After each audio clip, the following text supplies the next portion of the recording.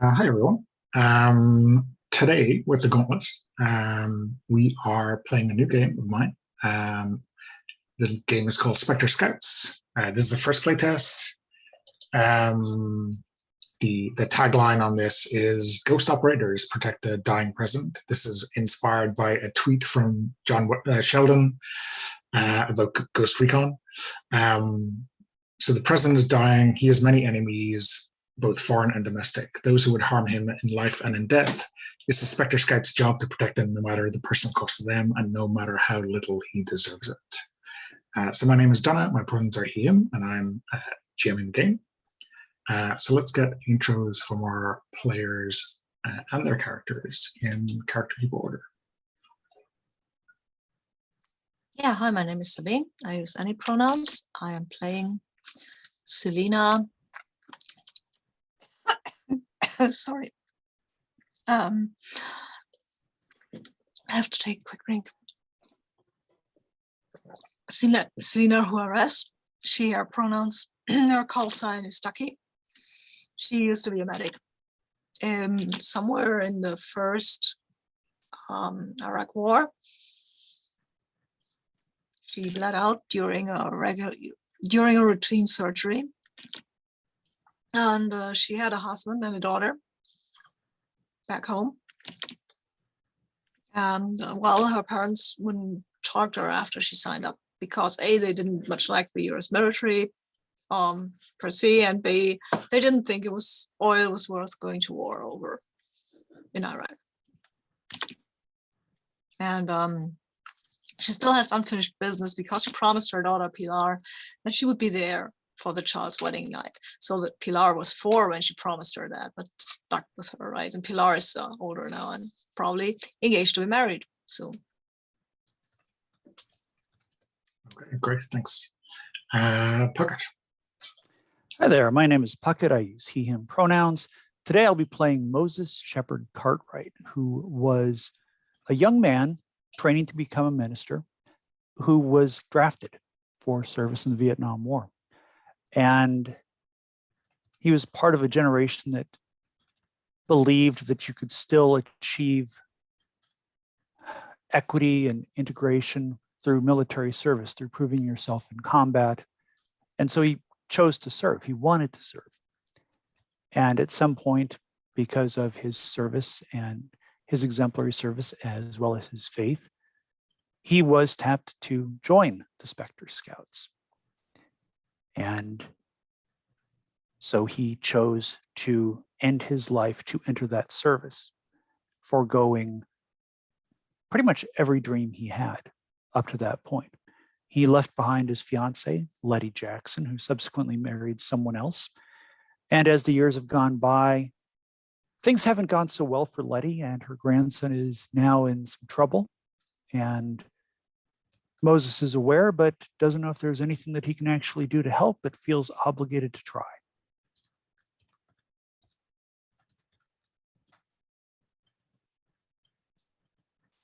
Okay, great, thanks, Puckett. And Darren. So, Darren, he, him. I am playing Frank Zahn, he, him, who was a special forces member of the Army, and he was killed in the conflict in Panama when one of his squad mates stabbed him and kind of left him to die out in the surrounding areas. So he died of exposure, trying to get back to a place where he could get home. Let's see, sacrifice. He gave a promising career in the computer software industry in order to join special forces. Yeah, unfinished business, obviously, with his squad mate who killed him. And joined the Ghost Squadron because it was a way just to continue to serve. Did I cover all the right bases? Yeah, I think that's good.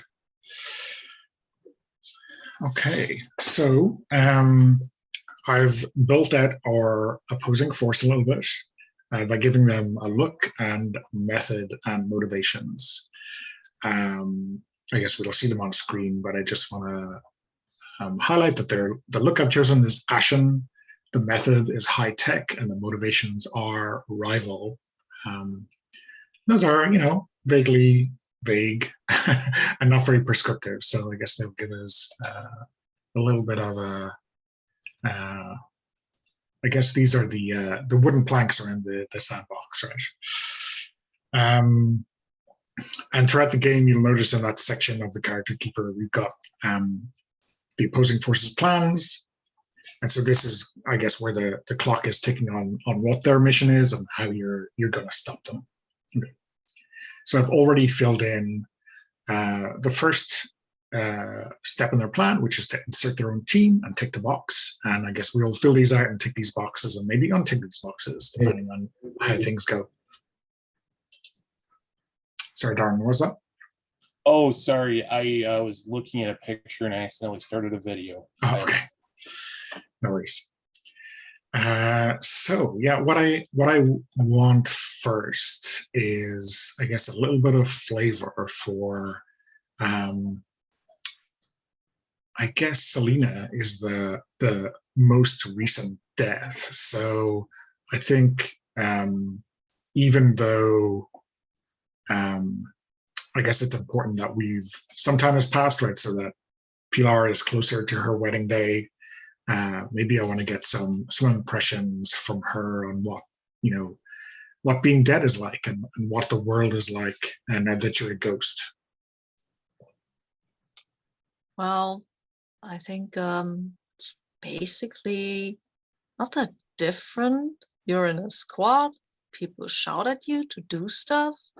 I mean, Selena is a medic, which is not often that helpful, but she can point people. I don't know what can our ghosts do in the real world. How can they move stuff? Can they possess people? Is that possible? Yeah, I mean, I guess we're about to find out, right? I have made very little decisions in the game of what ghosts can do. Okay. So I imagine what Pilar can do, if I may define this, is maybe whisper in people's ears, get them to go somewhere, alarm people, move maybe the first aid kit closer, hold a wound, but that's very hard. Hold a wound there so that people won't bleed out. She is very, very, very adamant about people not bleeding out if that can be prevented at all, right? There is a very major vein in your belly, and if you sever it, and that's not a vein, an artery, and if you sever it, well, you've got a nice pattern in bright red on your ceiling, and also that person at your hands very quickly.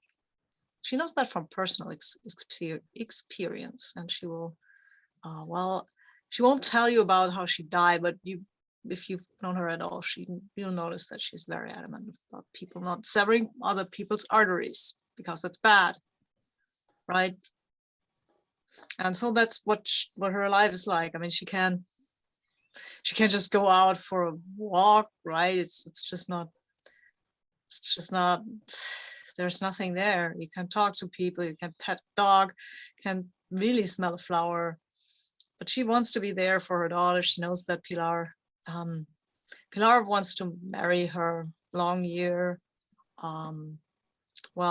her long year partner. Finally, Pilar is 34, I think, or something, so she's not that young anymore.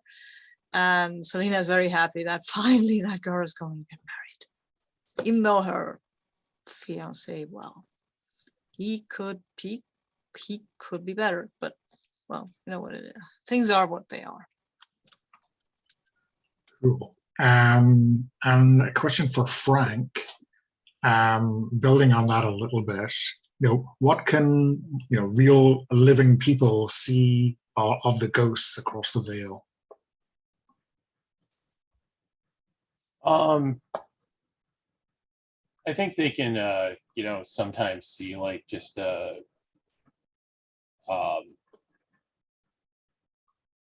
sort of like vague apparition, but they can see that he's in uniform.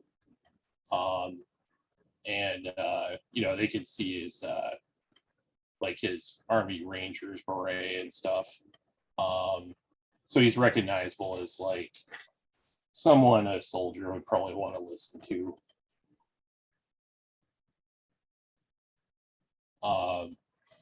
Is that kind of what you were looking for? Yeah. So, and is that like, can they see those features like all the time, or just, at certain times of day or in a certain mood? How prevalent is this kind of seeing ghosts thing?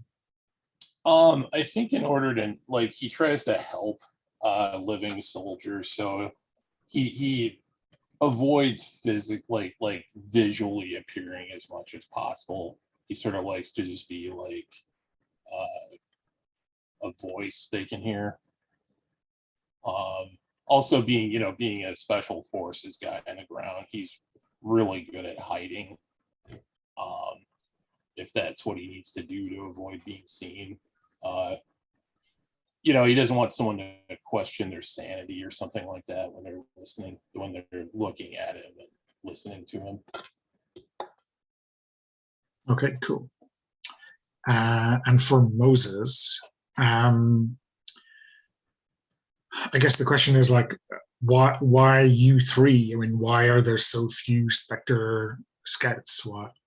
How is this so rare and yet so desired a team to have in your case?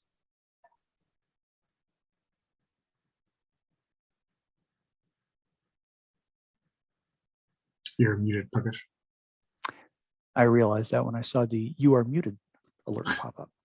First of all, you have to have a certain temperament, a disposition, if you will, towards such things. In my case, that came about because of my faith, my belief in an afterlife, as well as my dedication to service, in both military and religious. Other people's cases, I can't say. All I know is that everybody who winds up here for a reason. They have, maybe it's some unfinished business, and once they tie that up, they can go on. Maybe it's just feeling called to serve. Maybe it's a belief in the ideals that we hold. What I know is that there aren't a whole lot of people who wind up here. Even fewer are people who were tapped for it, who, for whatever reason, were recognized to be potential candidates and asked to become part of this unit. So what I can tell you is that the people that I've worked with have been avatars of service. And I hope that whatever they have gone on to is better.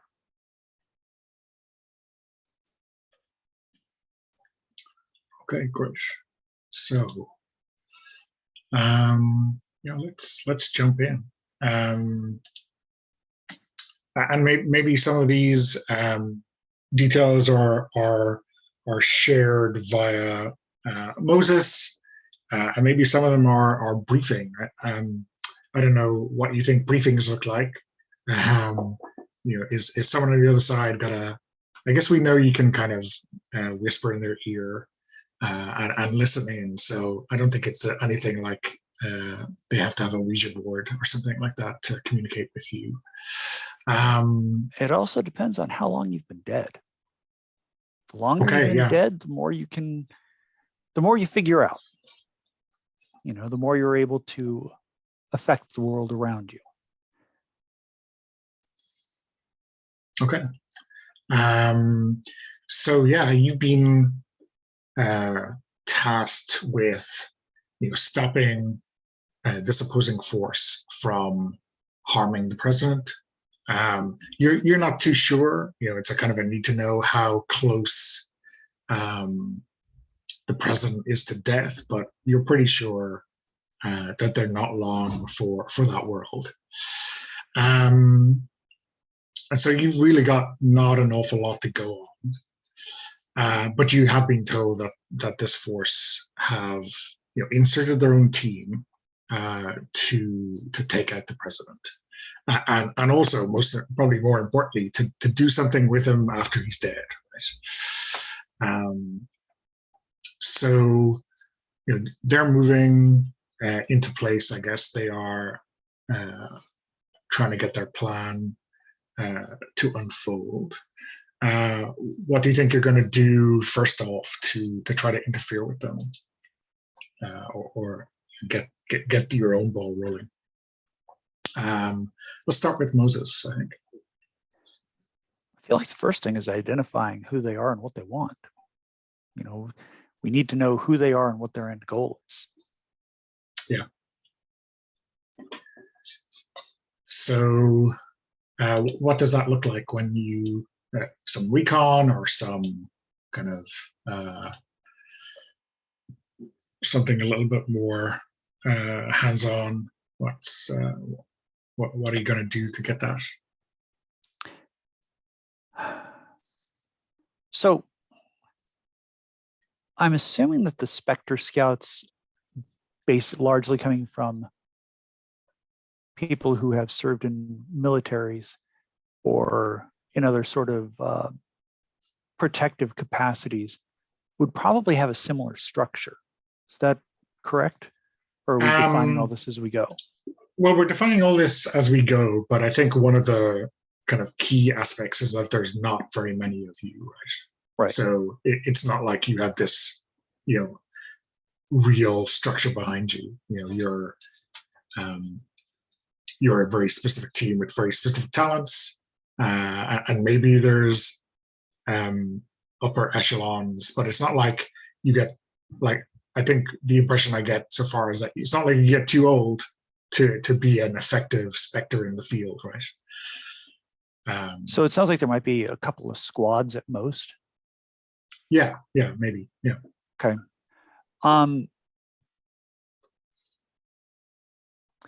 So if there's this awareness in the government amongst people who are alive, it stands to reason that we could have some sort of distant early warning system, for lack of a better way to put it, or at least some sort of physical intel network that might get word of such things and pass it on. Yeah, so I guess you're there's going to be boffins or recon people out there who have who've got that kind of very specific target information for you. Okay, so why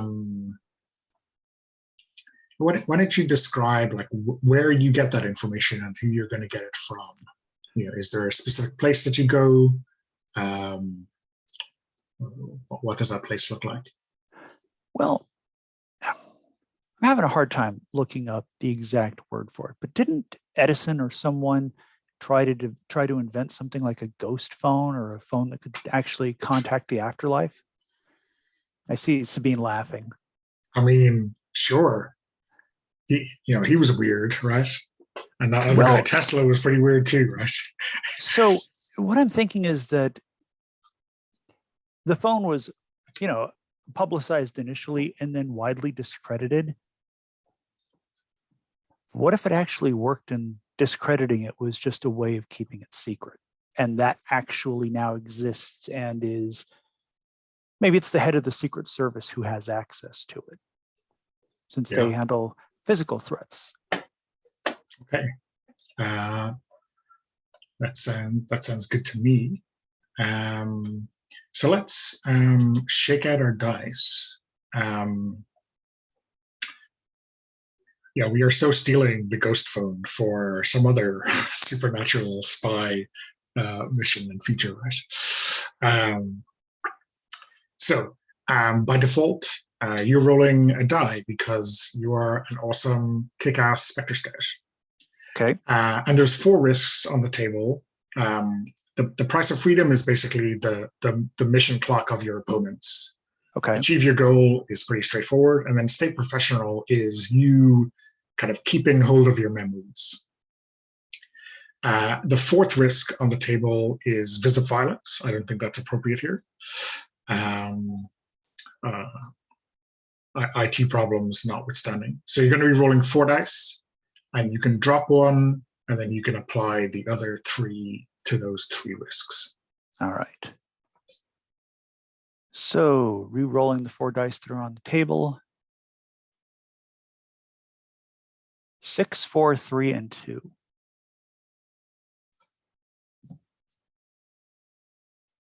And then it is difficult for me to read what the Okay. things are on the screen here.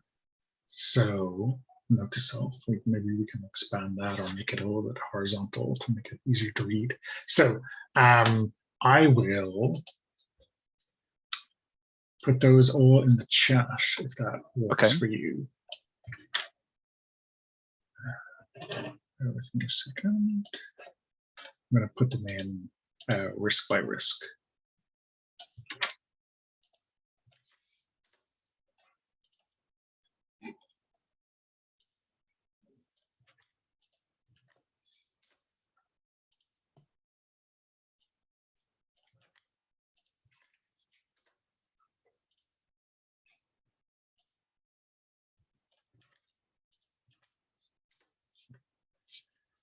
So we drop one and assign 1 die to each of the other 3, correct? Yeah, exactly.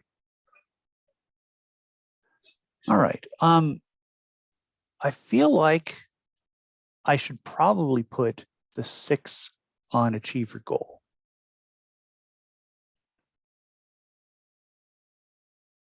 And then got a 4 and a 3. So let's put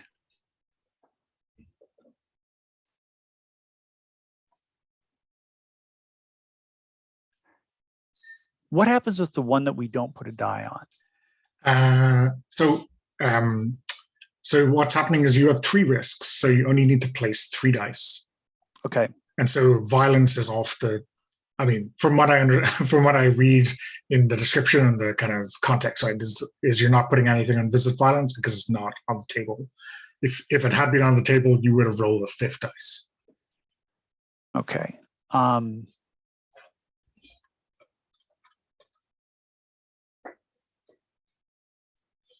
right, so in that case, let's put the 6 on the price of freedom so the opponent makes no progress in their plans. Let's put the 4 on achieve your goal and the 3 on stay professional.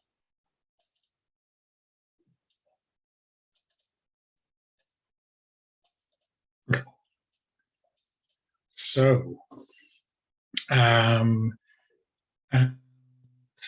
so you can pick these in any order you want.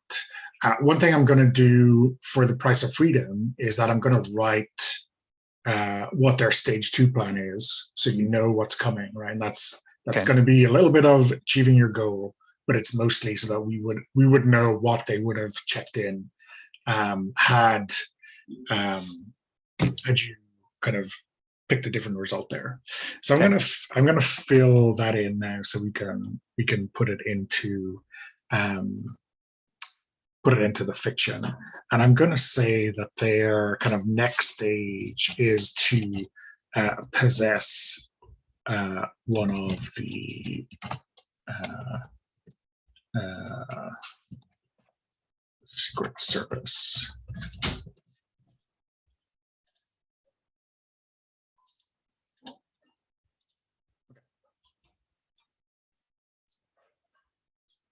So in this, just like in Cyron, you kind of get to pick what the order is that you're going to do this in, Okay. whatever makes the most sense to you.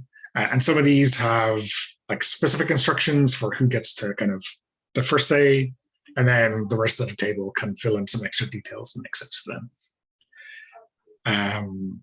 So you've got 6 in the price of freedom, 4 in achieve your goal, and 3 in stay professional. Yeah. So I think price of freedom is first, then achieve your goal, because I think as we block their progress, that's kind of what reveals their next step. Yeah.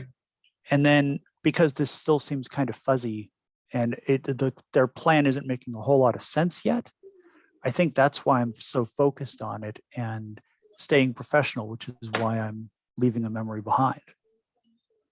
Yeah, sure. So price of freedom on a 6, you have the first say. So I guess you can build this into the briefing. We can play it out if you want, with the voice on the other end of the line.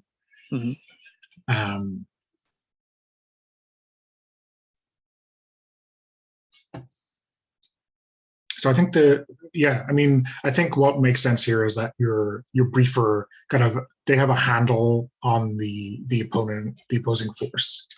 So they kind of know where they are, and maybe, it's not that you're stopping them from making progress, right? You know that they're not making any progress right now. Maybe they're biding their time or whatever. Okay.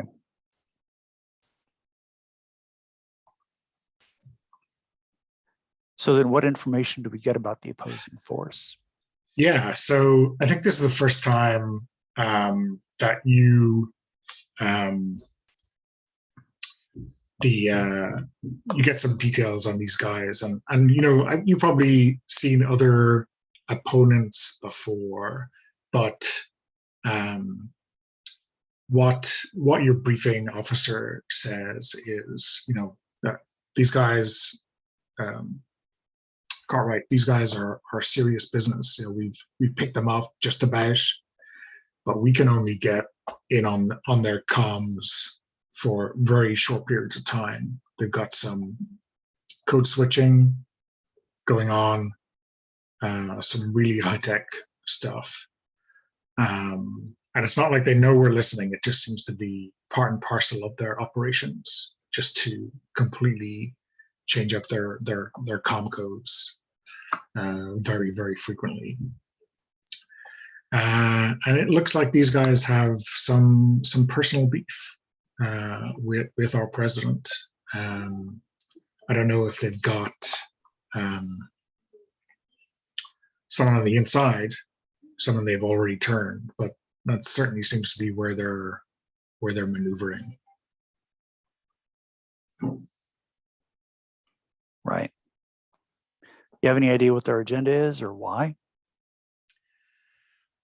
or even who they are? Yeah, so there's a bit of a shell game going on in these guys. There's a lot of holding companies and so on, the usual like money laundering tricks. But if I were to guess, I would say that the president pissed these guys off. Maybe they made some generous donations and didn't see dividends, or it's business, but it's personal, right? That's the kind of, that's reading between the outlines a little bit, but that's certainly what I'm seeing. Ain't that just like people? They get mad about money and then die to do something about money that doesn't mean anything to them anymore. No pockets and funeral suits, right?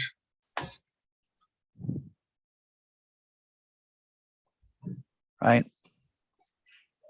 I'll brief the squad.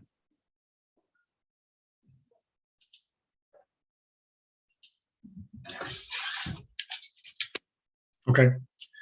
Good luck, Cartwright, with these guys. I think you're going to need it.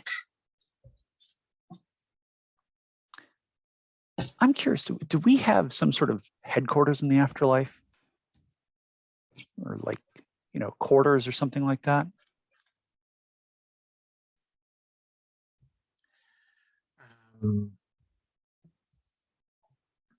Yeah, I guess there's got to be somewhere you hang out.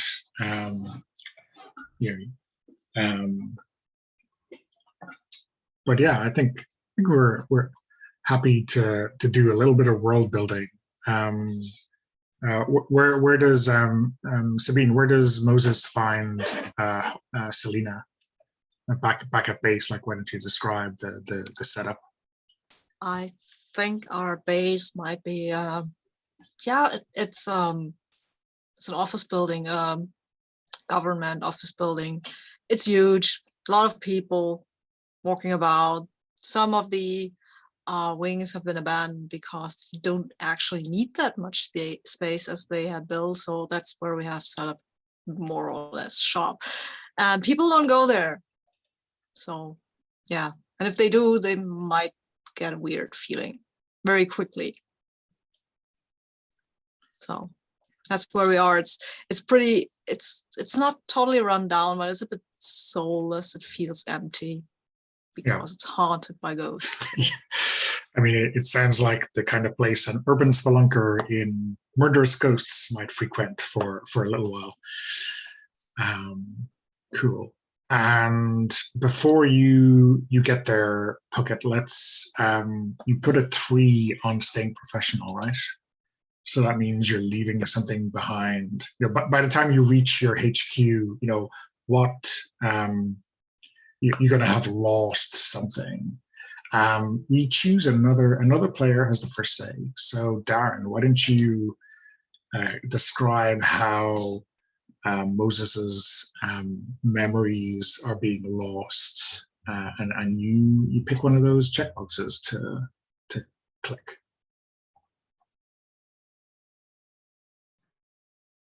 Oh, okay. Let me just look for a second.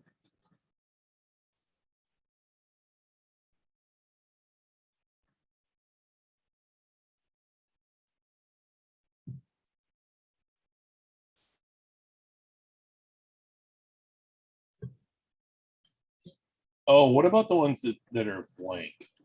Yeah, we can't cross those out yet because we don't know what they are. we have to actually do something real for these. How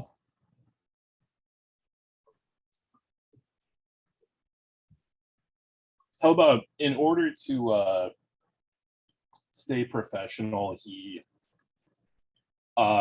forgets what he would have done because this is his duty now. So he forgets about wanting to return to his studies and become a minister.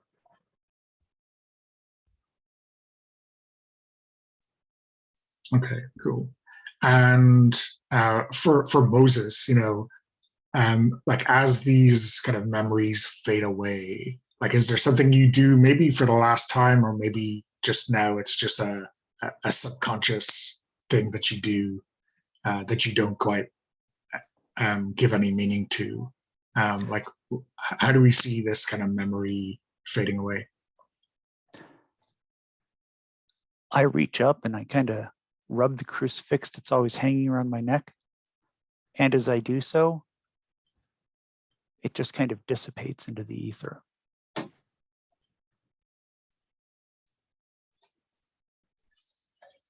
Okay. So yeah, so before the briefing, I think we are just past the hour. I got 2 minutes past. So how about we take a break?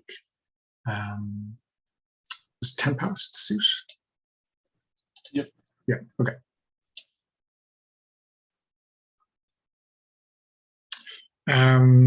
So Puckett, I guess I don't think there's any need to like brief the team in play, but are you giving any kind of spin or adding some extra kind of insight, or maybe omitting anything during your briefing?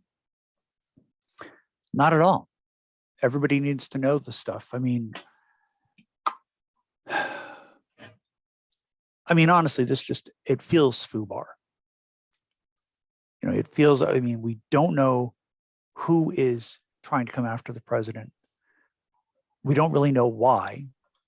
We just know that someone is, and that as a parent, you know, as we figured out, it looks like their next move is to try to possess a member of the Secret Service. So there are that ghosts, is, right? Yeah. Oh, okay. I wasn't sure about that. Yeah. I mean, it looks like this might have something to do with money. So I don't know. Maybe there are a couple of other squads like us, but maybe they're mercenary. Maybe they take this stuff on. Maybe people are really just foolish and decided to try to get even with the president over money by dying, where money has no value. So, we're either dealing with somebody organized that's doing this for some kind of purpose, whether it's money or vengeance or whatnot, or we're dealing with some damn fools. Maybe both. Well, that might be vengeance, right? Maybe they died because of something that happened there. Wouldn't be the first time. No. Well. So what's our plan there then, boss? Sir? Please, rank doesn't mean a damn thing anymore. Hmm. Monitor the Secret Service as best we can. Hmm. And that means watching them on the job, watching them off duty. No. Yeah. Because, it's not like there's hundreds of Secret Service agents and only 3 of us. It's not. It's new to me. Maybe we could figure out who might be a susceptible target, right? Because not everybody can be possessed. That is true. So what do you suggest, Juarez? Huh. Yeah, maybe we can stick around the president, try to figure out who can be possessed and who can. And keep a closer eye on those who can, just maybe narrow it down a bit. Or we can just stick around the president, try to possess every Secret Service agent who comes in his vicinity, and see who, well, who's already has a passenger, right? I mean,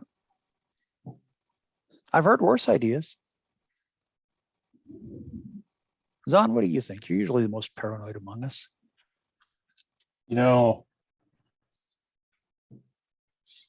My first thought was warn the Secret Service that somebody might be off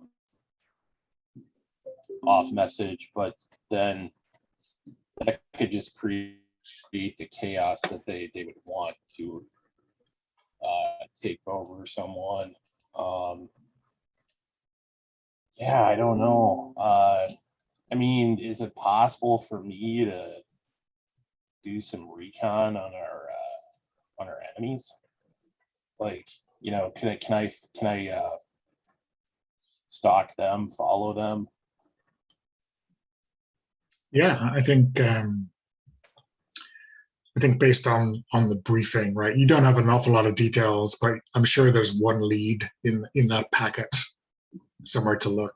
So, tracking them down is probably a task in and of itself based on that intel. But yeah, I think it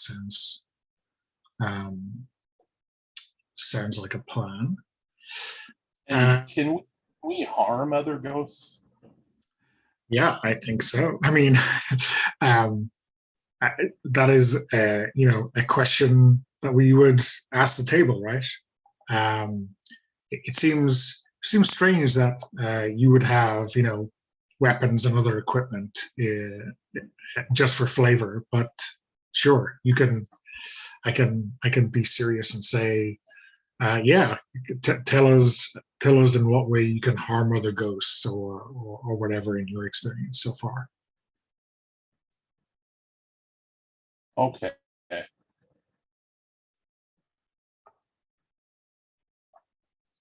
Yeah, my only other thought was I would think they would want somebody to, they want to, grab someone who is close to the president at the time, like maybe with them even. So maybe if we watch the president, we could catch someone that way. Well, why not both? Oh, I didn't hear that. I'm sorry. Why don't we do both? You go after the lead we have, and one of us sticks close to the president. Oh, yes. Okay. So, Darren, for Frank, then, obviously, we didn't reveal anything in the brief in terms of like where you had a lead, but you're going to fill in those details for us now. So, where's your best place to pick up a lead on one of your opponents?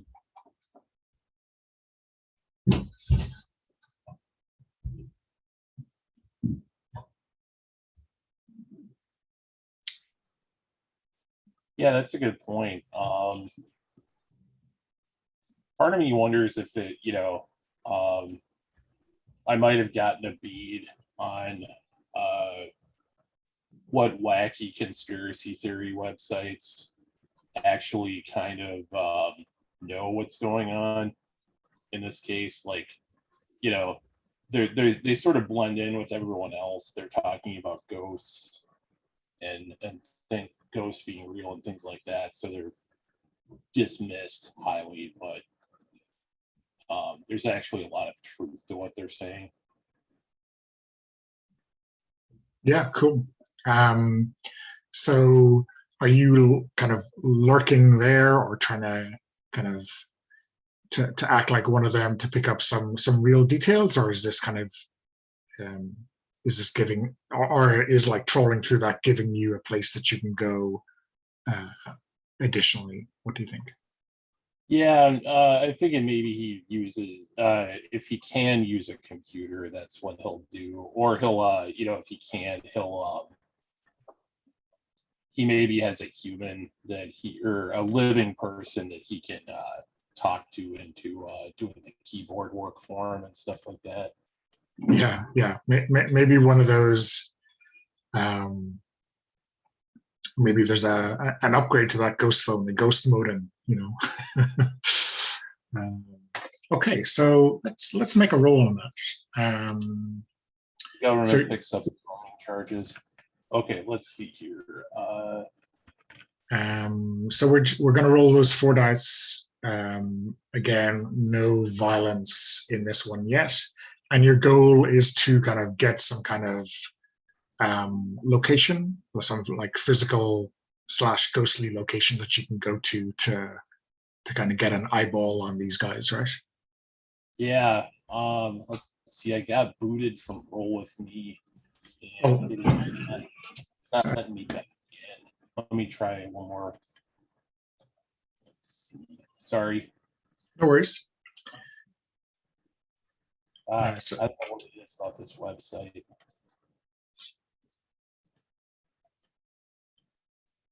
All right, I'm going to try in a different browser here quick.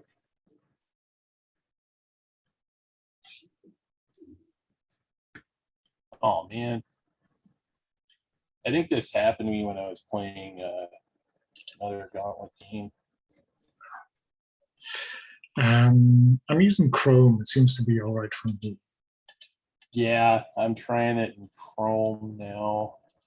Yep, site cannot be reached. I'm sorry. Can roll for me? Yeah, that's what I was figuring. Will I roll, given that I'm looking at it right now? If you'll trust me to roll these dice. Go for it.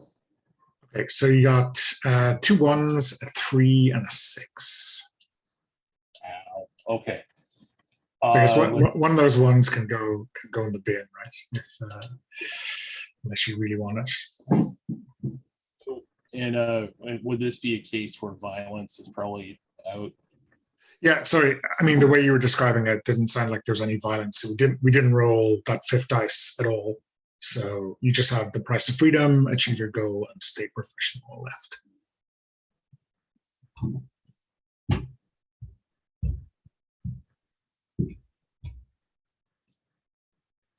Yeah, I think I definitely want to use the 6 and achieve your goal.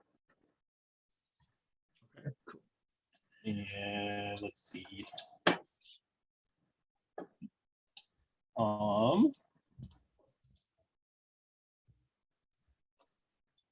Yeah, I'll go with the 3 in the price of freedom and the 1 in stay professional.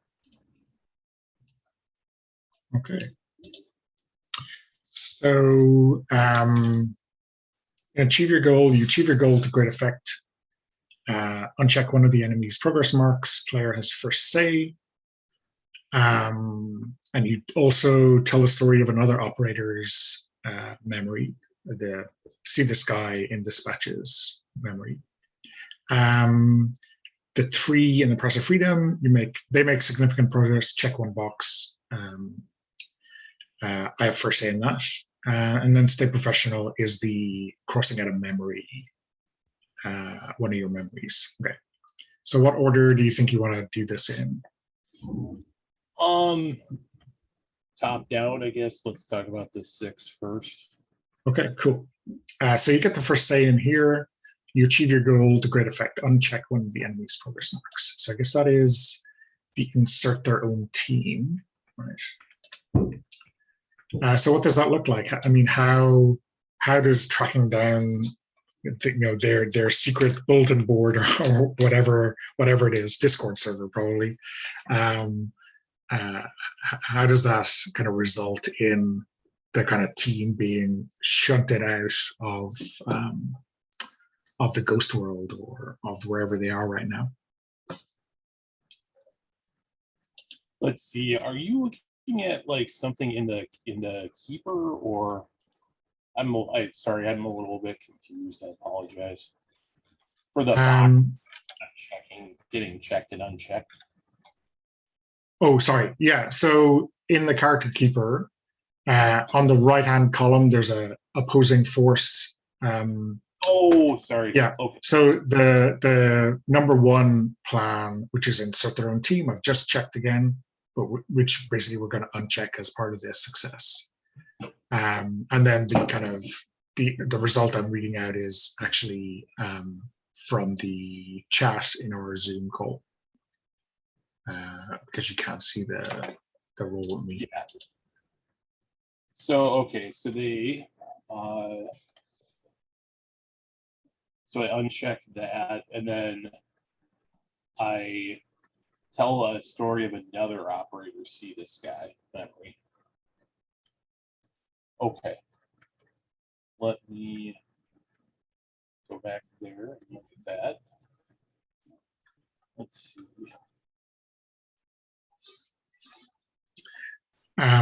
So yeah, the kind of in dispatches, like no shit, there I was, and see this guy. These are just like stories that got told about the other operators, and they can be, kind of stirring acts of heroism, or just the stuff you get up to when you're hanging around doing nothing. So, but I guess stories that people tell, memories that stick in people's heads. I'm thinking like Sabine, or I'm sorry, Selena, at one point had a see this guy experience where someone was essentially like sneaking up to the field hospital with grenades and caught them red-handed with an armed grenade before they threw it and stopped the whole field hospital from being destroyed. Oh, that was nice to me. I mean, not to the guy who tried to blow up the hospital, I guess, but otherwise, yeah.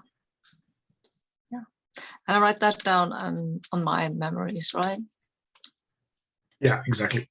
Mm-hmm.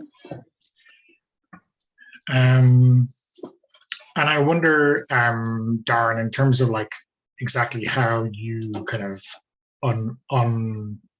undo their plans. Maybe we describe them as being high tech. So maybe actually what's happening is that a lot of their operatives are not in fact ghosts, but there's some kind of technical process, some kind of magical technical process that is allowing them entry into the across the veil into the ghost world. and when you when you insert into their Discord server or whatever, they're shutting down to protect themselves operationally, but that means they have to kind of withdraw their team. Does that make sense? I'm thinking with this person being like a computer guy from the 80s, maybe it's like Scotty, in that one Star Trek movie where he takes the chips out of the brand new ship. This new technology is easier to break. And yeah, essentially like he kind of figures out where their Discord server is physically run from, and he goes there and like essentially like scares the person who's running it into deleting it by just kind of haunting him and making weird stuff happen. Okay, cool. I apologize. I feel like maybe I'm making a hash of this genre. And no. I mean, it's yeah. This Discord does have ghosts in it, but not anymore. No, I think, and it's like a perfect blend of 80s clunk tech versus really high tech. It's easy to throw a spanner in the works sometimes, right? That works for me. So then let's go on to the price of freedom, where we had a 3. They make significant progress. Check one box, I would first say.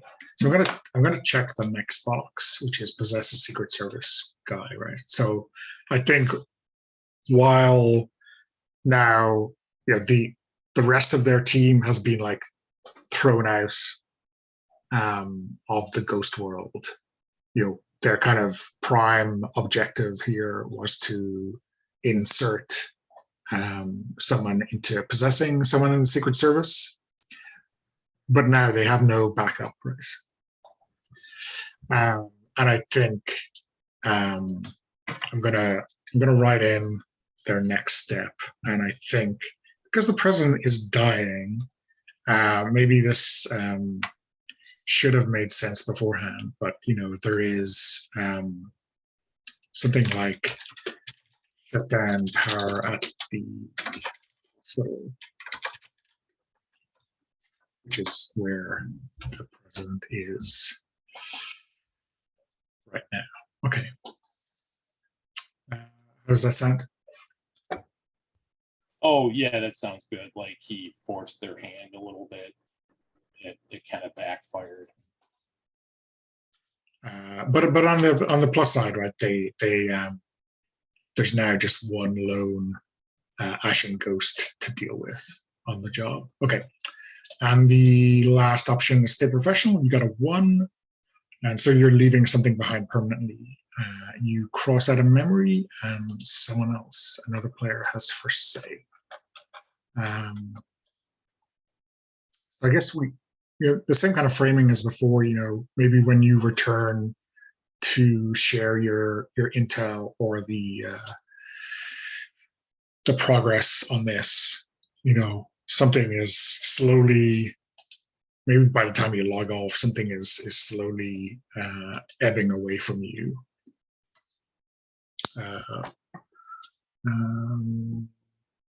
Sabine, do you want to pick An that? idea? Yeah. Yeah, I think as you come back to the base, this whole tech that you just know that. That's not, you don't remember really what you meant to do with it, that you maybe would have had a career in computer science. No, why would you? You'd just be like that guy on the computer right now, and you're nothing like that, right? I mean, you're dead and he's not, and this is who you are now. This is who you are. There never was anything else, right?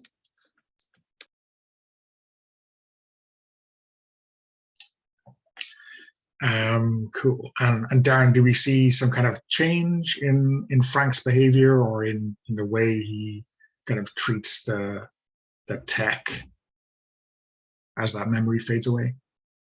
I was thinking maybe there is a scene where, like, you know, he comes back, you know, to the base, and he's having like a memory of being like shown around this place that tried to, you know, offer him a job, and kind of lure him away from the military. And he goes to, like, you know, like a room, you know, where people are working on computers and like the living people, and he's kind of having this fond memory, and then the picture kind of slowly starts to dissolve, like a dissolve transition, and he's standing there in that room with all the living people, and he can't remember why he's there. And it's like, oh gosh, I got to get back to work. What am I doing?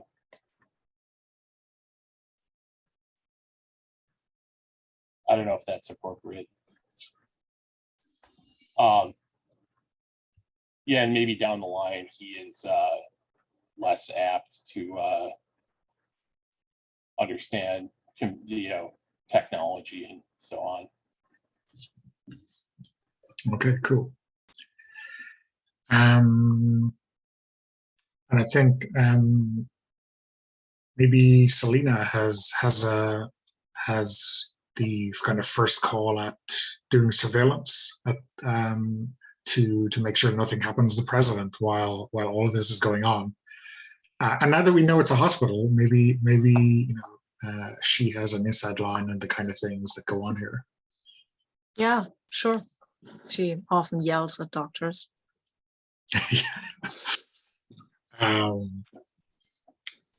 Because I guess, you know, as non-commissioned officers are to nurses, you know, you work for a living, you know, don't call me sir, you know. Is being in a hospital again like hard for Selena, do you think, or is it just business?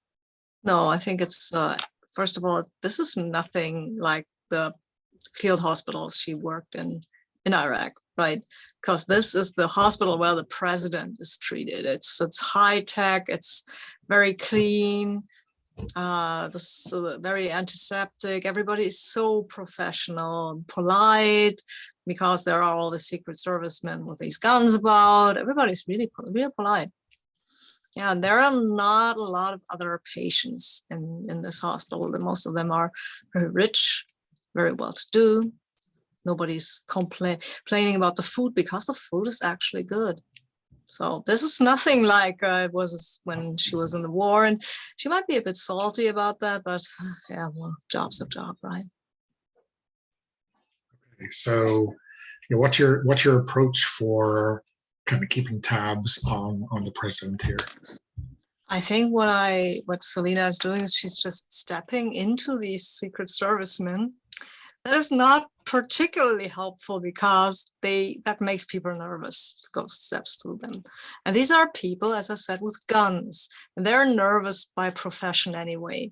So making them more nervous, maybe not the greatest tactic, but on the other hand, if there is a traitor among them, maybe they betray themselves if they're real nervous. And also if they're possessed, she will notice that. So she's just walking through the Secret Service people. Okay. So yeah, I'm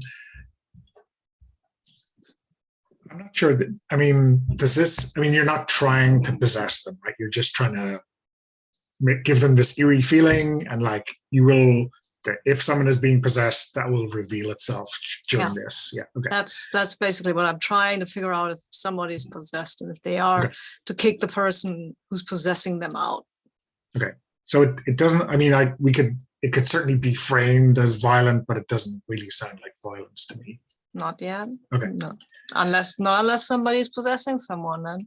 Yeah, that'll be a different colorish, I guess. Mm-hmm. So I guess you're rolling 4 dice. Okay. 3, 4. Wow, that's a good roll. Good rolling, yeah. That's a real good roll. Okay. Yeah, so I think, and that's prize of freedom, achieve your goal and stay professional, right? Yeah.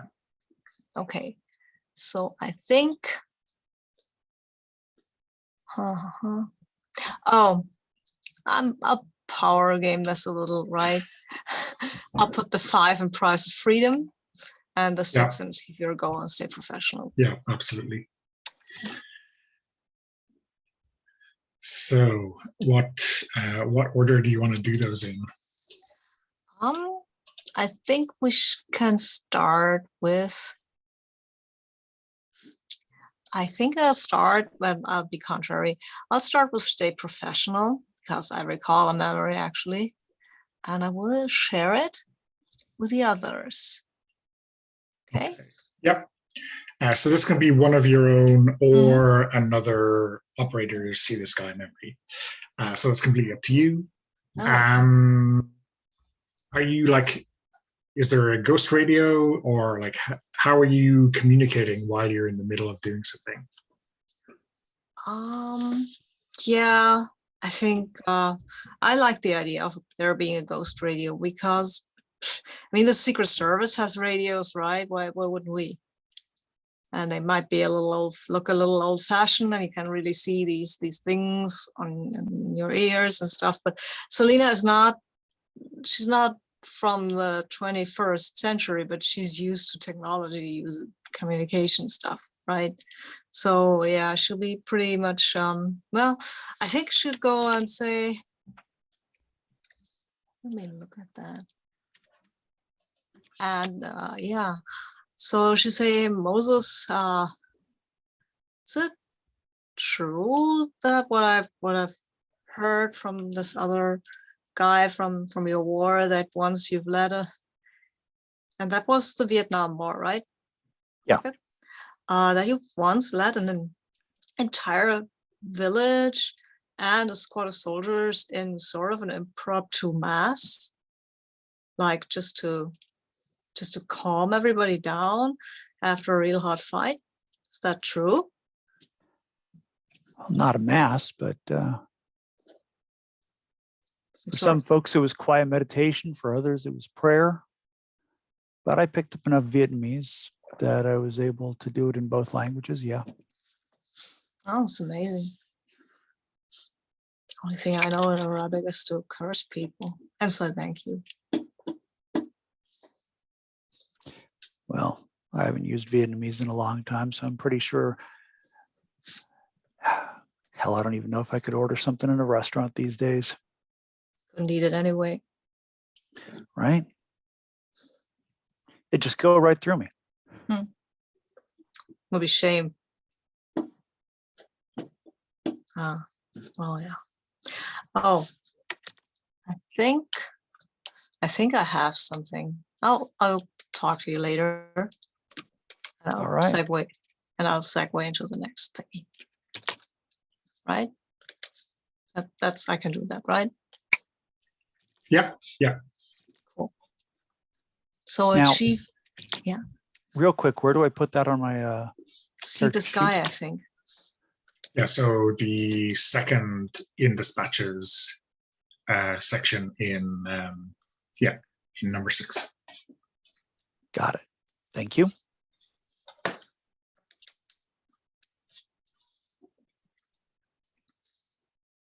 Achieve your goal. My goal was to, well, find someone who's possessed, right? Yeah. I think I do. Yeah. Yeah. So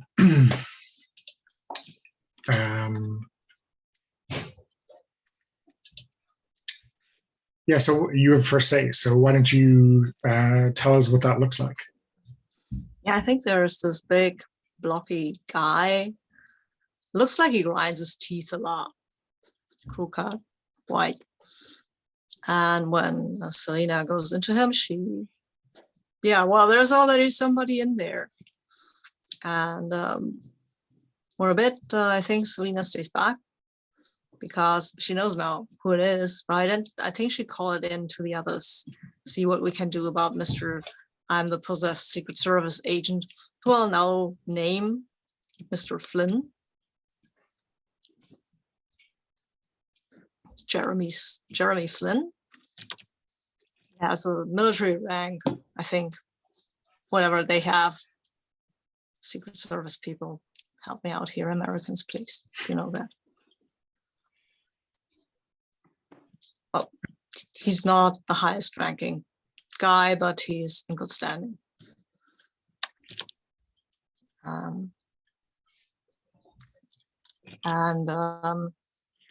Yeah, I think he has a superior, and Selena will tell that superior, whisper to that superior, and that's achieve our goal. No, that's the price of freedom. That the superior, that maybe Agent Flynn isn't looking too good, and maybe you should go home. He looks stressed out and stuff, and that's not a job where people should be stressed out. Okay, cool.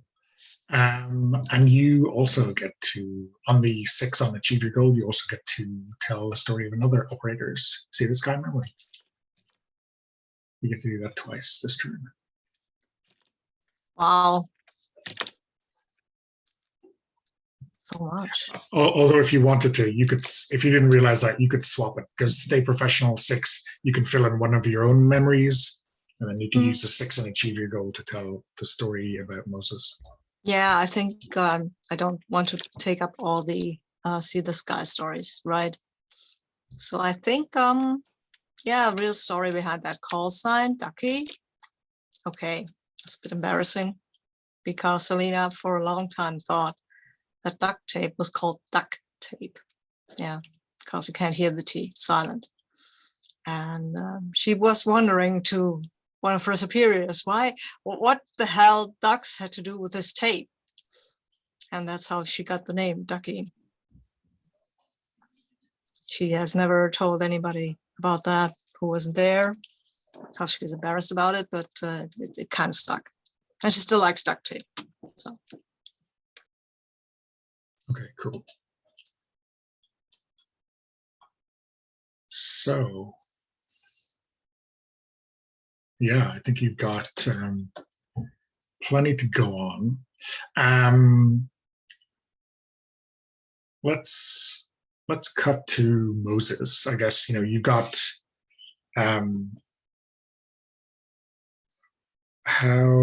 do you think, I don't know. I mean, I think you know, telling the head of the Secret Service that this guy should be sent home, do you think that's like, is that operationally something that would be straightforward enough coming through the right channels? Or do you think that warrants a role? What do you think? Absolutely. I think it's operationally okay. I mean, it's, if I understand how Sabine kind of set that bit up, it probably just appeared in that superior's head like they were thinking of this, like, hey, they look a little sweaty, they look a little tired, they don't look that great, you know, maybe they should go home for the day. So almost like implanting a thought. Okay. Is that about right, Sabine? Okay. Okay. So is that how the ghostly whispers usually work, or is that just a different mode? Like there is a, you know, straight into their brain like they thought of it themselves, or there's like a whisper in the ear in real ghost fashion? Yeah. I think it varies from person to person, and I think it varies based on how long the person's been dead. Okay. I mean, it seems to me like the longer you spend dead and in the Spectre Scouts, the more skills or the more powerful those skills, the more skills you gain or the more powerful those skills become. So if you are just recently dead, maybe it's just like kind of a thought. And maybe if you've been dead a little bit longer, it actually seems like you can hear it. Does that seem fair for everybody?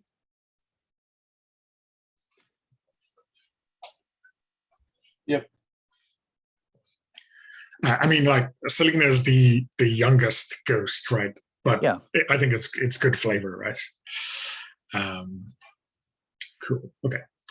So yeah, I think, you know, he's sending this guy home because he, you know, looks a bit off, doesn't want to catch a fever or anything, spread it around. Maybe they're pretty cautious about that kind of stuff. So yeah, I think though, you know, as you see it, maybe you're ready for this. You know, as this secret service agent is leaving, you know, when he gets to the lobby, he takes a left turn to go into the maintenance section in the basement, right? Because he's still gunning for that power, shut down the power at the hospital. So yeah, I guess this is a chance to directly stop that. Who wants to take the lead on this? I might as well. Just because everybody else has been tailing everyone and getting involved with stuff. Yeah, so like when, you know, it has Moses been, you know, haunting the lobby until now? Well, I'm assuming we don't really have to worry about travel time. And I'm assuming as well that we all have some mode of communicating with each other. So it's not so much that I was haunting the lobby the whole time as it is that when Sabine said something and was sticking around with the Secret Service to continue watching them, I popped in and followed this guy. Yeah. Cool. Okay, so you know, you maybe, you know, like you're following out, and then he takes a left turn and like slides his way through a maintenance door. But I guess you kind of know where this is heading, right? This is, you'll be able to affect systems, power, and such in the hospital. So I'll just kind of pop ahead, you know, and by the time this Secret Service agent gets there, the pilot can see me just sort of, I've already got my revolver out and I'm kind of rotating the cylinder. It's just going click, click, click. And I look up and say, you shouldn't be here. In a whole lot of ways, you shouldn't be here.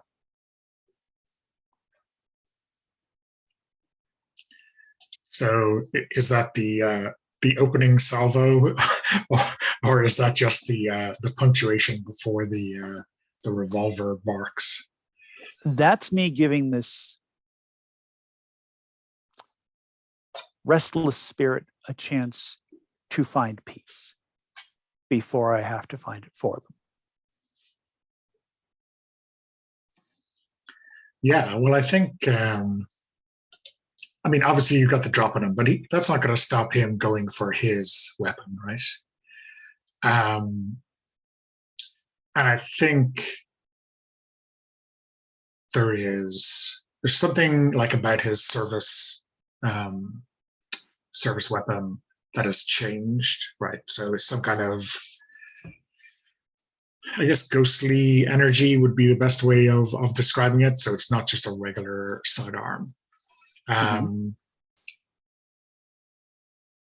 Yeah, so I guess he's gonna try to get there before you do, but you're the one rolling.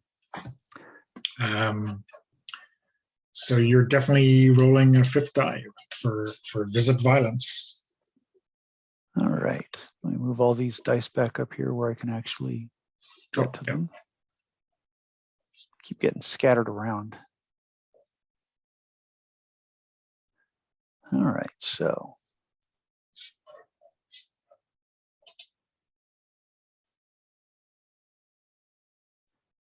Okay, so this means I have to put a 2 on one of those, correct? Yeah, so you're ditching one of those 2s, and the rest are going on those 4 risks. All righty. Scrolling back up. Yeah, I'll put the 6 on visit violence.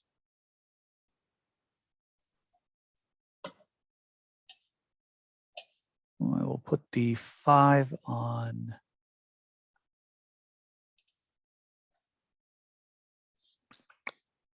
Price of Freedom. Got a 3 and a 2. So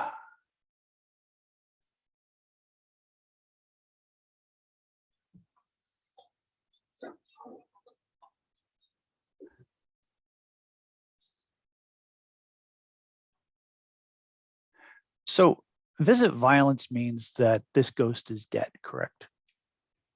Yeah, so the wording here is if anyone's getting hurt, it's not you or your fellow scouts. So like at a minimum, you're not getting shot. And I think it's fair to say this guy is toast. Okay. And then the way the you're not achieving your goal means something might go awry in terms of like either stopping him dead or preventing him from doing something else, right? Yeah, I was looking at with the 3 on achieve your goal, maybe being something like, I'm really efficient at shooting this guy in the face, but the problem is there's no way to identify him after that, so we still don't know who's doing this. Does that seem reasonable? Yeah. I mean, okay. Yeah. I'll put the 3 on achieve your goal and 2 on stay professional. Okay. So, you're going to get first say on visit violence and on the price of freedom, and you get to choose what order we're going to do this in. Okay. Well, visit violence seems like it should be first, and it occurred to me that maybe the reason why I'm carrying this obsolete revolver around is because there's only a handful of spirit guns that we can actually wield. We can't just pick up normal hardware and use it. It has to be something that was on a Spectre Scout when they died. So there's a limited armory and we use kind of whatever's at hand. The problem is this is, if I remember right, this is a 44 slug, which basically means that it's just going to absolutely obliterate the Spectre that I just dispatched. It's not going to do anything to the Secret Service agent because, I mean, it's a spectral bullet. It'll just pass right through him. But that ghost is toast. Okay, cool. That And ghost is then toast. With the number 5 on price of freedom, this basically stops that angle of attack. They're not getting to the president this way. They're going to have to find a different way. I don't know what that way is going to be, but considering that we dispatched the ghosts in the Discord and I have dispatched this other Spectre, they're going to have to find a different path of attack.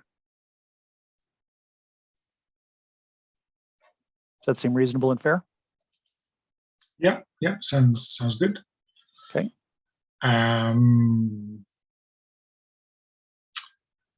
For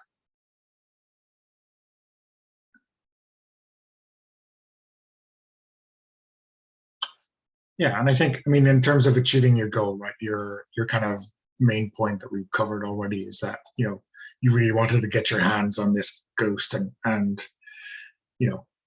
find out what he knew, go up the food chain, right? Yeah. That kind of thing. Okay. What does that look like, right? When you take out the ghost that was possessing this Secret Service agent, like what happens to the Secret Service agent after that? Like he's unconscious? Is he just like blurgy? What's the reaction? Dazed, kind of almost literally shaking his head, like, what the hell am I doing here?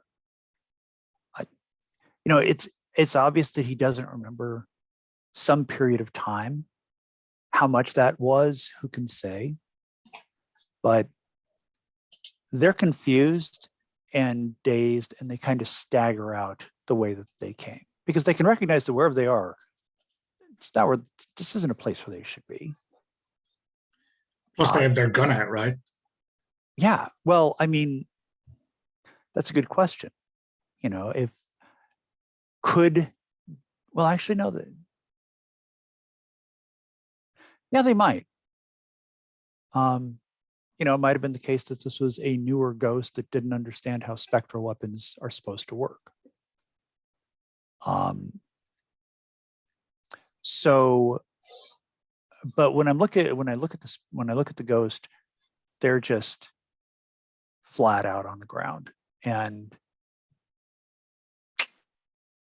there's nothing to identify.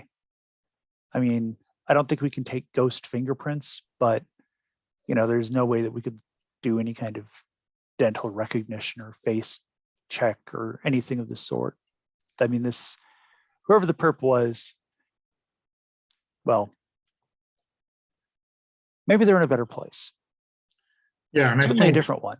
Yeah, I think the look I selected for these guys was Ashen. I think like the normal ghostly features are like hollowed out. There's like, you know, kind of I don't know, corpse-like decay on the spirit. You know, like the fingernails and the eyes and that kind of stuff. So it looks, you know, like a decaying ghost, something kind of unnatural from your experience, right? It looks very, very strange, and that kind of hampers any kind of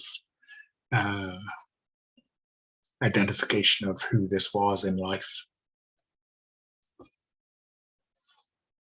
Yeah. If we knew who they were or could have identified who they were, we sure can't do that now. Cool. Okay. And then the final risk is stay professional, which you have a 2 in. So yep, another player gets to cross out your memory. I think this was Darren the first time, wasn't it? It was. Yeah. Okay. So let's give Sabine the opportunity to cross out one of these memories. Oh, wow. Okay. Are you not? Okay. Yeah, I think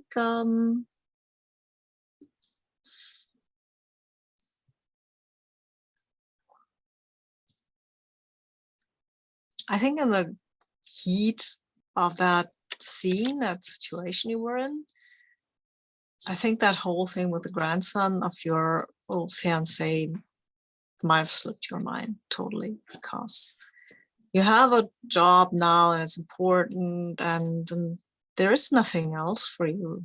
Not really, right? You have to kind of stay on target. You can't think about anything else if you're going to stop this assassin, basically. So I think that's what you're going to forget. Sorry. Do you think maybe there's something about the Secret Service agent that had reminded you of your grandson, or your fiance's grandson, and then like as the heat of that shootout dies down, you can't remember why he reminded you of him? I mean, it's almost like the memory walked out with him.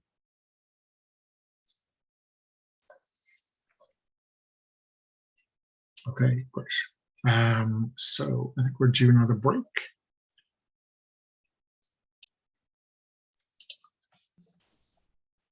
Okay, so I guess we're at a stage now where you know, you have a little bit of the upper hand, right? You have definitely kind of blunted their first efforts, and maybe this is the point in time that you go on the offensive. Darren, what do you think Frank is up to where that is concerned? I think he would, you know, wants to hunt down the rest of the people. So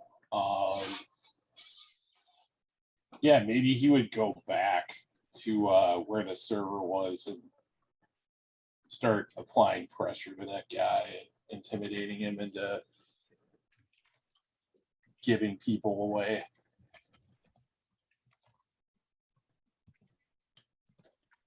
Yeah, so this is like maybe a server farm or like a server in some kind of facility, and maybe your opposing force are trying to get that server back up and running, or maybe reroute all of those people back into the ghost world a different way. So showing up there to kind of take on or apply pressure to whatever techie they have working there. Yeah.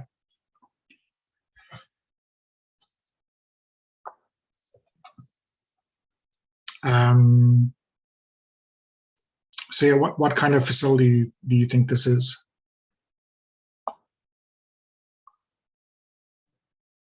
I think it could be like hidden in plain sight, this kind of thing. So like a house in the suburbs,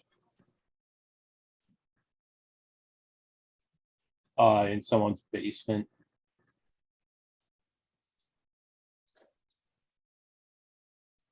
Okay. And do you think like it is really just like a normal suburban house, or is that just a cover? Is this like just a front to be like off the grid? Yeah, I mean, it's kind of both. Like, yes, this is a house in the suburbs owned by some tech bros, but yeah, they're definitely doing some very questionable stuff, and they have questionable people there often. Okay, so how do you kind of make your approach or make your entrance? I think probably start with like some classic sleep deprivation to mess with these guys, especially the one who I got to shut the server down. So like haunting them at night, whispering crazy things to them.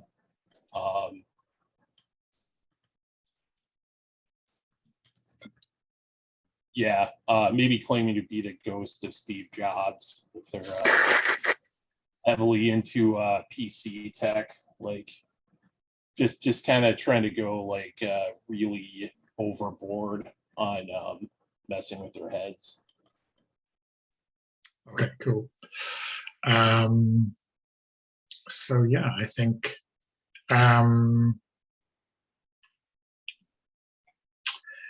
I mean, this is, I don't want to stray into like torture, like, or anything like that, but I guess sleep deprivation is, I mean, like a little bit veering in that direction. But do you think it is, like, it's just an annoyance, right? At that kind of level, is it kind of violent? Is it like poltergeist level stuff, or what do you think? No, I think like, the physical stuff would be more like moving things, like somebody turns around and their coffee cup is suddenly like, sitting right on top of some it's across the room sitting on top of some electronic equipment precariously. Yeah, okay. Yeah, that kind of stuff. So like when you say get them to spill the beans, then it's like to get them like talking to themselves or talking amongst themselves, to like not knowing you're there, like say things that you don't know and I need to know, right? It's really more like, I was thinking like, starting get them so sleep deprived that when I ask them questions and I tell them, well, you can go to sleep if I you just tell me this, and if it's true, I'll stop bothering you. Okay, Is that cool. too much like torture? I'm sorry. It doesn't sound like too much to me. I mean, at a certain point in time, they're going to believe that something is going on, right? Okay, so why don't you roll 4 dice and let's see what they did. Oh, sorry. Yeah. Sorry, my mistake. Let me roll them for you. And there you go. The dice are loving me tonight. So it's a 5 and 2 6s and a 1. Nice. Oh yeah, definitely toss the 1. Let's see. And to game the system, a 5 on the price of freedom is same value as a 6. Yeah. Sorry, I was just looking. Yeah, so that's what I'm gonna do is 6 achieve goal, 5 price of freedom, 6 stay professional. Cool. So yeah, Nice. why don't you you can choose, let me just double check. Yeah, you're gonna have first say on all of these. So yeah, you can choose exactly what order to unfold those in. Okay. Yeah, I'm thinking this guy, like he gives me where kind of the leader of this opposing squad hangs out in the physical world, and he gives me his name. Nice.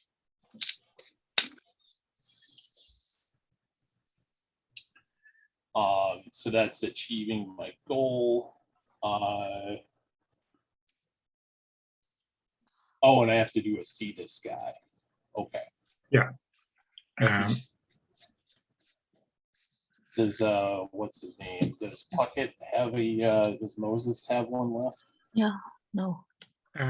So nobody has, except for yourself, has one of those left. So I guess you can fill in, although this is like a story that people tell about themselves, I think you should be able to fill in a no shit, there I was for one of the others. Interesting.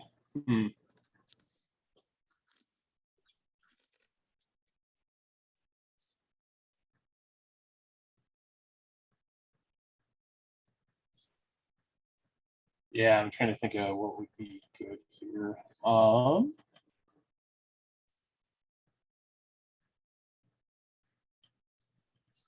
Sorry, I'm going to look something up really quick.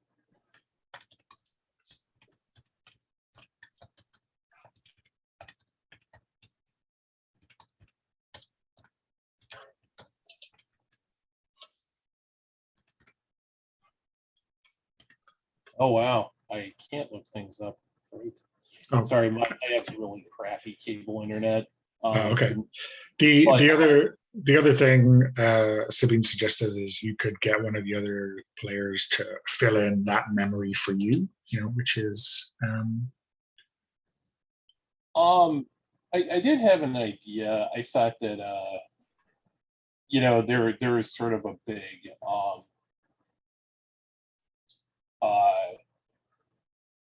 push for people to do like USO stuff during the Gulf War, and I'm thinking people don't know this, but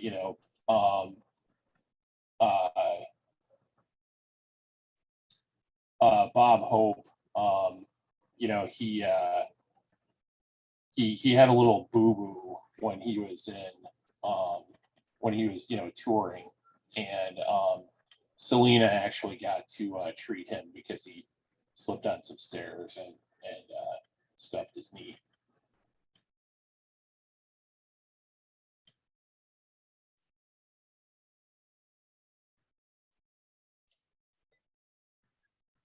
and I think Sabine, what does Selena like telling about that specific event?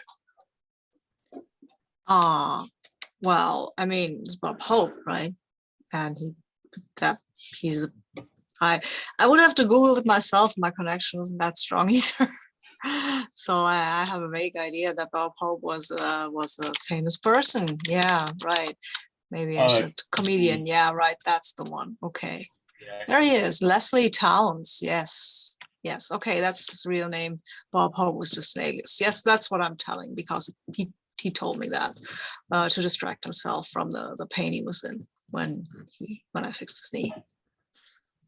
I mean, it's obviously it's common knowledge anyway, but he didn't usually go around and tell people about it, right? So that I feel that we had that weird connection, and I've watched all those movies, and I would have wanted to watch them with my daughter Pilar, but well, yeah.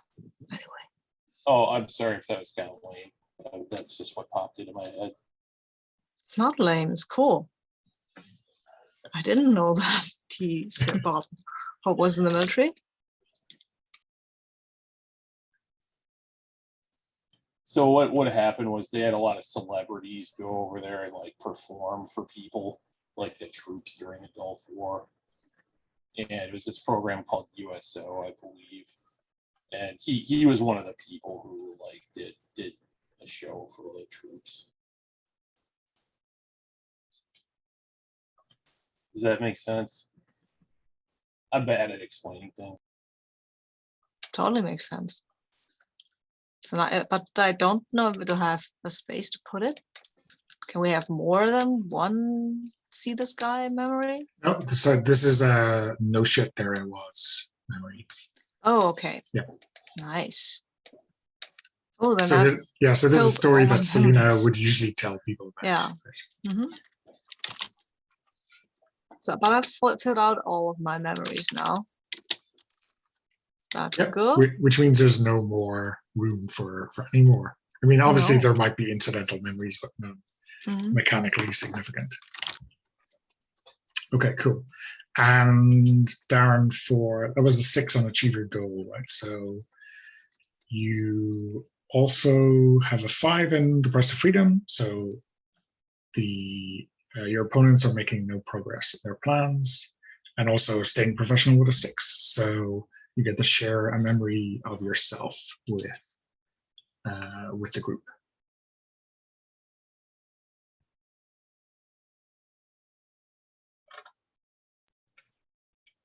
Let's see here.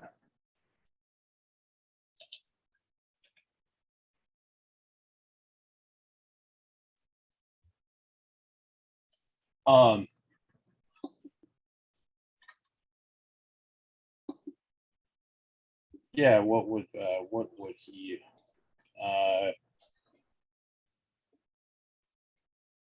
I think probably just sharing a memory of earning his Rangers cap.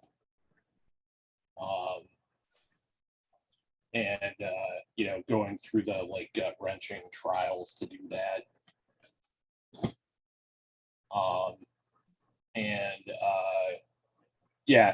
Beating out some people that a lot of people suspected would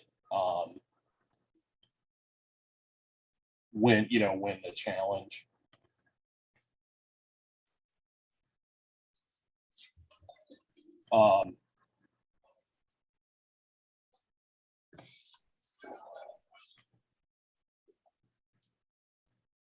So something like like the ceremony, and ending up helping someone he thought was going to beat him because they got hurt during the trials.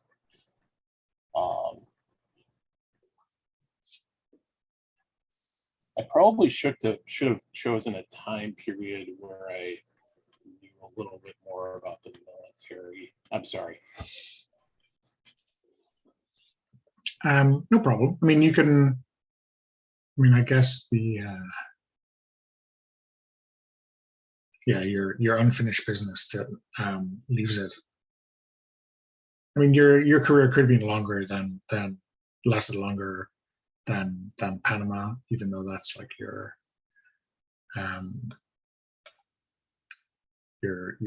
mentioned conflict. But yeah, you can, or we can always retcon it if you want. That's true. I mean, yeah, I suppose he wouldn't have been old enough to be in Vietnam, but yeah, it makes sense. Sorry about that. No problem, no problem. And I think the last one is in terms of preventing the enemy's plans from unfolding any further. Like, is there something specific you do with the server or with the server rats to kind of stop their efforts? I think with them, maybe he would do something like startle one of them and get them to wreck some of their equipment. But mainly, he wants to use the intel that he got, about where this, where the opposing ghost leader is hanging out. Did you decide on a name for them? And would they also be Americans or? Well, that's open, so they can be, but I guess if they have done campaign donations, like we said at the start, it's probably more probable. But hey, the law isn't really what these guys care about anyway, right? So you can just decide whatever you prefer. Yeah, I'm thinking maybe he's Russian. We do have American politicians accepting Russian money, so yeah. He's a very bitter old KGB guy who did not get to accomplish everything he wanted to. And let's see, what's a good name?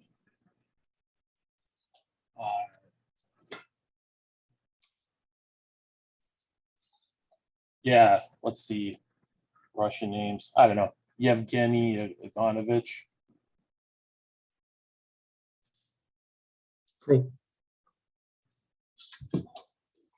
Okay. I guess you got like a HQ address, right? Which to go knock on the door, right? So Yep.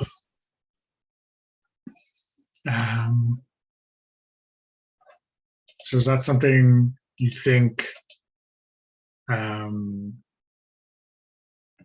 Is that like a goal you go to directly, or do you think there's some prep that you want to do as a team? I think I definitely want to, have my teammates there. Zahn being who he is, he probably is gonna case the joint, and he probably wants to use a sniper rifle, so he's gonna kind of case the joint, maybe wait for him to walk out or walk in, or find a window where it might be easiest to get him, so that kind of thing, and have just have my friends there spotting for me, or there to attack anybody else who might be there, etc. Okay, cool. So how about we have a kind of a bridging scene with the three of you kind of catching up? Does that make sense? Whereabouts do you meet up? What kind of do you meet back at base, or do you have some kind of bizarre under a bridge place to hang out, like the Ghost GR? I was thinking maybe like the food court in an abandoned mall. Okay, cool. So yeah, I guess for Selena and Moses, right? This is maybe more from your time. Maybe it's faded and out since some capitalist downfall in the 80s or something.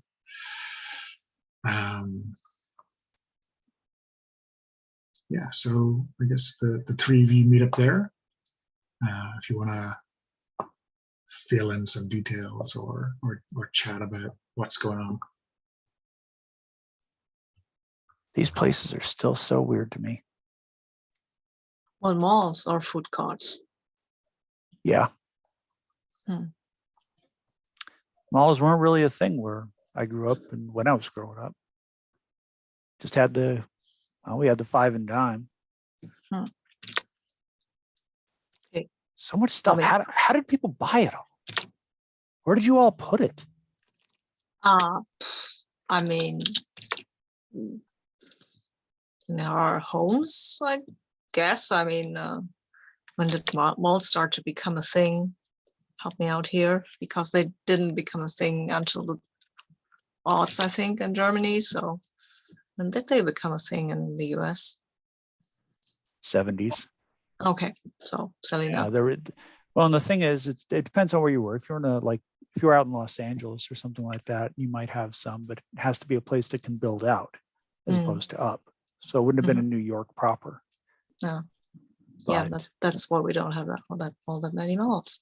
Yeah. Or used to not have. I mean, they built them like they're going out of fashion. Anyway, so Selena says, well, I used to hang out in the mall when I was a teenager. It was really a thing, right?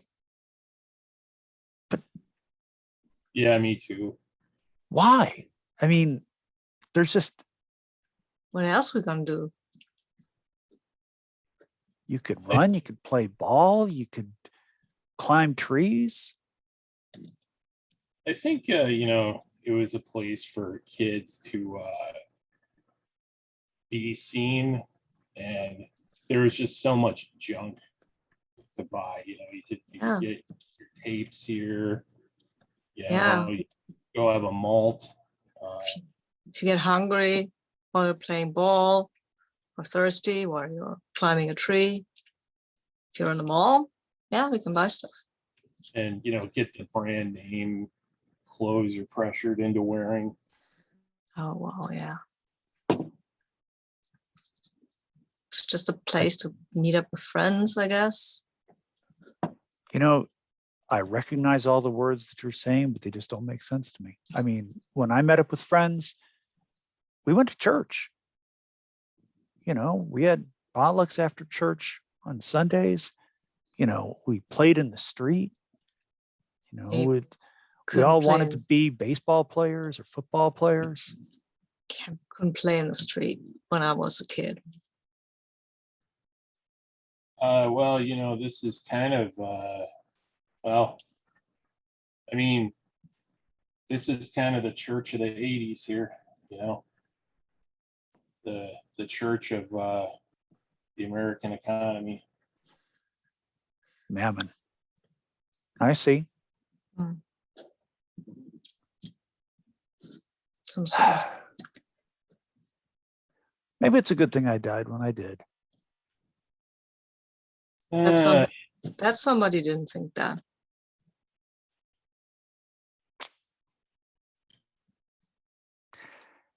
Anyway, what all have we pieced together from this so far?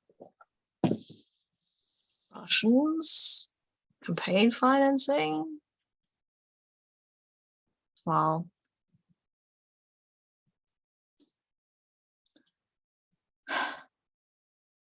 I mean, president when I was alive wasn't great, but I don't know, man. We're just going to hell in a handbasket. That's all I'm saying. But well, we have a job. We gotta find these Russians, right? Look, the world has been going to hell in a handbasket since before I was born. It is going to hell in a handbasket still, even after I died. You ask me, that must be an awful big handbasket or an awful long trip. Don't know what to say to that. All I'm saying is the world seems to be doing just fine falling apart.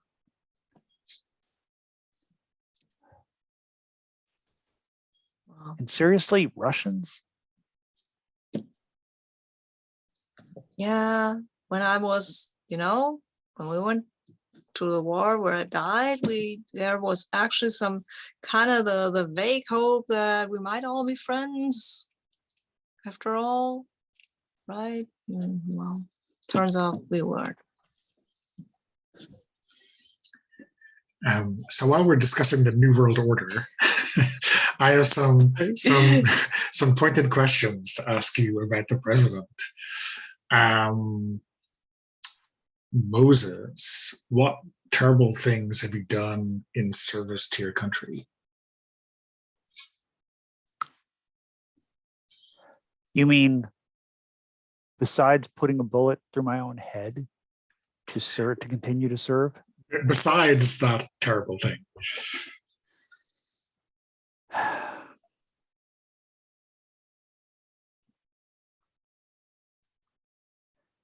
You know,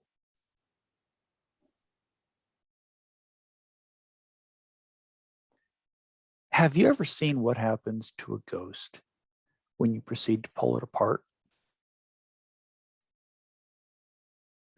I mean, it's not just that when you feel that kind of that howling or the wailing sometimes, that happens every time you pick a piece off of them. Just that ungodly shrieking and screaming.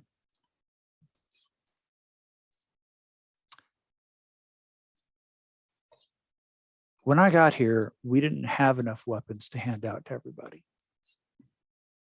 And so some of us had to do hand-to-hand combat.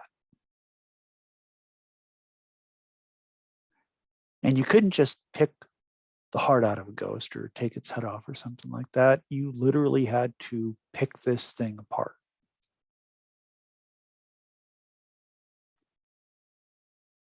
I don't remember how many ghosts I've had to kill that way, but I am damn glad that I finally got this revolver.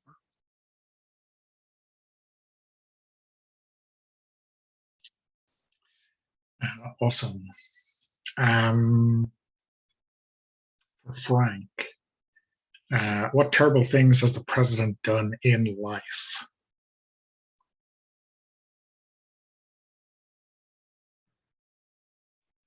Well, kind of some of the standard stuff, infidelity, insider trading, I feel like he authorized the military op to improve his own ratings when his approval rating was dipping.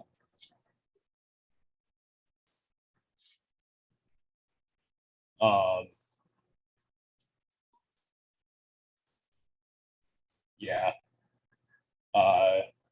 Cronyism. Standard politician stuff. Okay. And Selena, how has the president betrayed the values he says you stand for? Over and above what Darren's just added.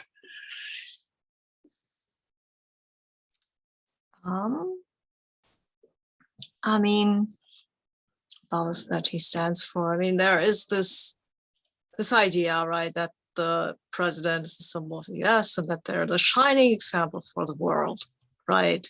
The world's first working democracy and all that stuff. And from what at least we know, there was this South American country that was making real strides towards democracy until the president said, hey, CIA, maybe let's not have so much socialism in our southern part of our lovely continent. Maybe back this authoritarian guy. He seems more likely to track with our interests, right? Yeah, that's what happened. So still pretty standard stuff, I think, but yeah. Yeah, I'm shocked to find the CIA and America meddling in South America. It's a surprise. Okay, awesome. So I'm just looking at the time. I'm thinking we're at a good place to wrap up the game tonight and then do some debrief and some Rosentorns for the playtest. That sounds okay. Unless anyone wants to add another detail while it's in their minds. I'm good with doing Roses and Thorns. Okay, cool. I will stop the recording. So